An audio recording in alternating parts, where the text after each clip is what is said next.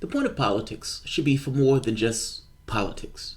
The goal really should be to get something accomplished in the larger world. I would even argue, if you're talking about politics of the left, to get a change within the country with this notion of a revolution, a change in the country that's significant enough that when things go back to normality, that there's still that change.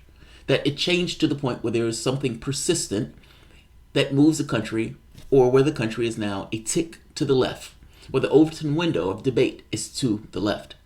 That's what you're talking about, a change. That's what you're talking about with a political revolution. My point is, just putting or getting Trump out of office in and of itself is not enough of an objective, especially for the next election in 2020. Let's talk 2020 politics. Welcome to the Soapbox.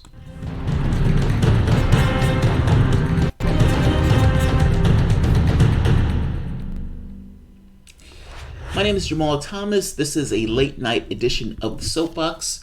There was a story that I wanted to get to today that I didn't get the opportunity to talk to, so I'm going to talk about it now. This boils down to an interview that Cenk Uygur had with one Mr. Bernie Sanders. Now, personally, I thought the interview was good. Calling it an interview is a little strong, though. It's more like a conversation between the two people. There are a few things that I want to talk about, and there's a notion or a topic that Bernie Sanders hits on this notion of electability. You know, this faint wisp of a thing. Who's more electable and why? Oftentimes, they make this argument that Bernie Sanders is too much of a radical. He's too far to the left. But the problem with this is the arguments that Sanders has been making at this point, at least if you're talking about the Democratic Party or mainstream, and definitely if you're talking about mainstream, meaning if you're talking about the average distribution of what the public wants, he's certainly not a radical by that degree at all. Sanders and like the other presidential contenders don't quite hit each other outright, even though they are running in a race where they need to delineate themselves from the other people who are in the race. Now, everybody knows who Sanders is, and at this point, people think they know who Biden is. My argument has been that as this primary goes on and as these guys have debates, that Biden is going to wear thin.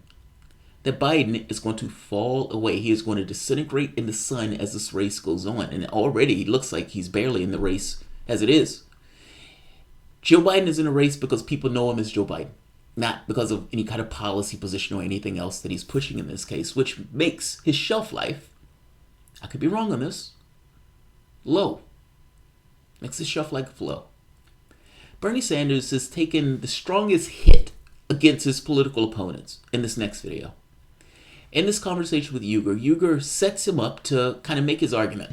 And Sanders has been separating himself from the pack, especially from Joe Biden, especially on issues like the crime bill. And Sanders is going to put forth a few more issues. The vote for the Iraq war.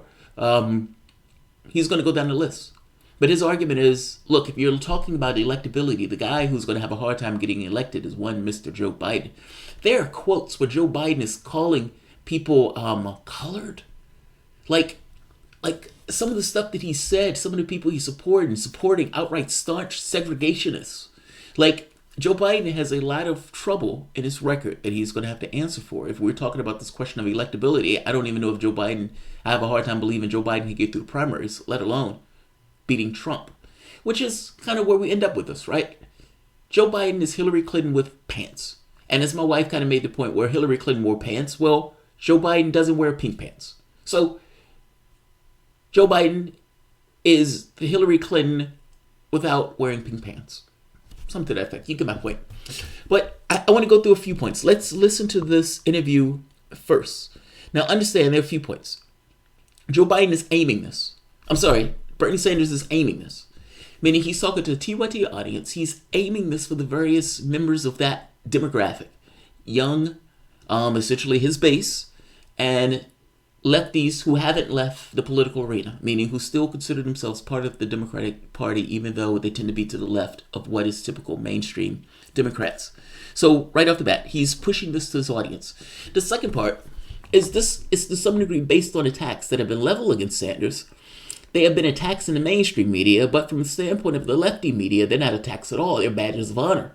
So Sanders get to make this point that much more felt of I'm not running away from things that are badges of honor and get to make that argument to a lefty audience of TYT. It's a win-win in that sense. Also, let's also keep in mind that the people who are going to be voting in this next year's election in 2020 are going to be millennials. They will be the main predominant demographic. And if you remember the millennial vote, Sanders was getting that vote 70% to, he had so much of that vote that the number of millennials that he had voted for him outstriped both Trump and Clinton combined. And that is going to be the key voting demographic. What I would suggest is any poll that is not looking at that very specific demographic and not weighing that appropriately is going to give you somewhat of a wrong result for the 2020 election. Let's hear Sanders answer this question about electability. I love his answer on this because I think his answer is right on. And his answer is take a direct shot at Joe Biden. Let's take a listen. So Joe Biden's claim, aided and abetted by the mainstream media, that states as a fact, is that he would do better against Trump. And that is one of the top things, obviously, the Democratic voters are considering. I assume you think that's wrong because you're running on against him. So why do you think that's wrong? Look, the truth is, this is the simple truth. I would not be running if I didn't think that I was the strongest candidate to defeat the worst and most dangerous president in the history of our country, Donald Trump. Why is that? For two reasons. Number one, we're going to need a lot of excitement. We're going to need a large voter turnout. We're going to have to bring young people, black and white and Latino, Native American, Asian American, into the political process. I think that we are the strongest campaign to do that, to get that excitement, to get that energy, to increase voter registration among young people. Second of all, when you go to states in the Midwest, and I should tell you that virtually all of the polls have me running against Biden, state by state, running against Trump, state by state, and in the battleground states as well. All right, why is that? And why do I think we can do a good job in defeating Trump? Because of the issues that Trump beat Hillary Clinton on. Trade. Go to the Midwest and you say, hey, I voted for NAFTA and I voted for permanent normal trade relations with China, which is what Joe Biden did. You think that's going to resonate terribly well in the Midwest? I don't think it will.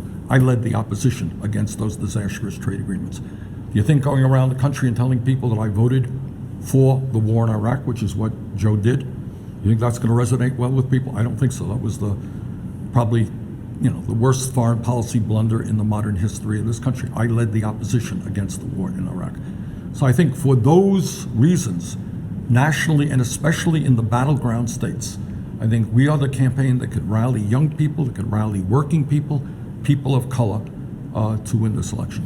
If the Democratic Party selects Joe Biden as its nominee, would it be making the same mistake that it did in picking Hillary Clinton, who lost to Donald Trump? Just a few points before he answers this. He essentially, look, Joe Biden will run a low energy campaign, low energy Joe. And it looks like that's true. I mean, Joe Biden didn't even show up into many of the campaign events over the course of Memorial Day. So much so that, if I'm not mistaken, Washington Post looked around and is like, where's Joe Biden? Joe Biden doesn't seem to be involved in this process. A low energy campaign, an old style 1990s campaign. He's going to answer this question on, will Democrats be making the exact same mistake they made with Hillary Clinton with this notion of electability? What do they know of electability when their person who they consider to be most qualified on the planet lost? Let's let him answer this. But a few things. Low energy campaign. It's not enough to just vote in somebody to beat Trump.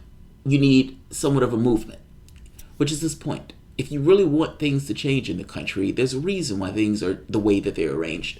You need mass public appeal, mass public support in order to overcome this kind of inertia, preventing things from changing the way they are. His point is trade, the Iraq War, and that racist crime bill. And he's like, Joe Biden is going to have to defend these things. He's going to have to go explain to the public why he thought these were good ideas and why, if he still stands by these things, he continues to stand by these things.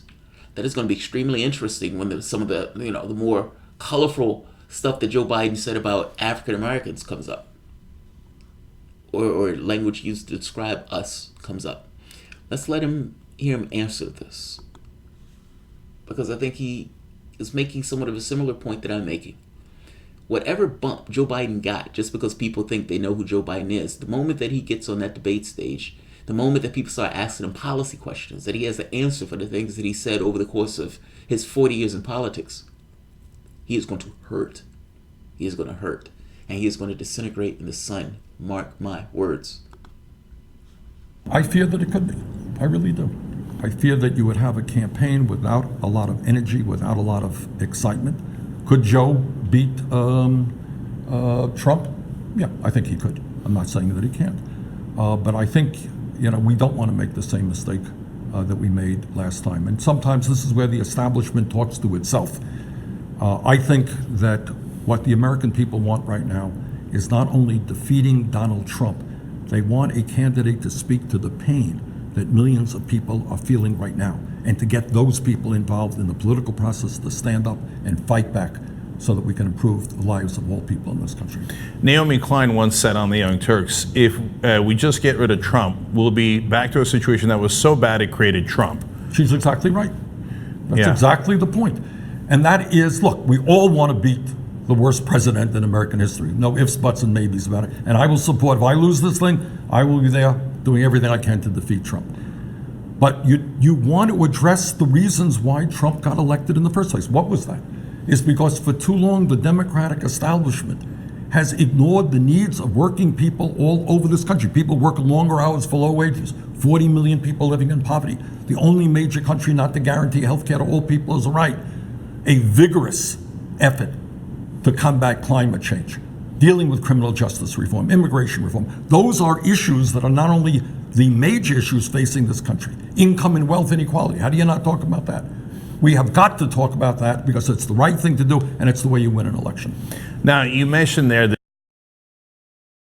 But the Democratic Party didn't do that, Sanders. They went screaming that Russia was the reason Hillary Clinton lost that race.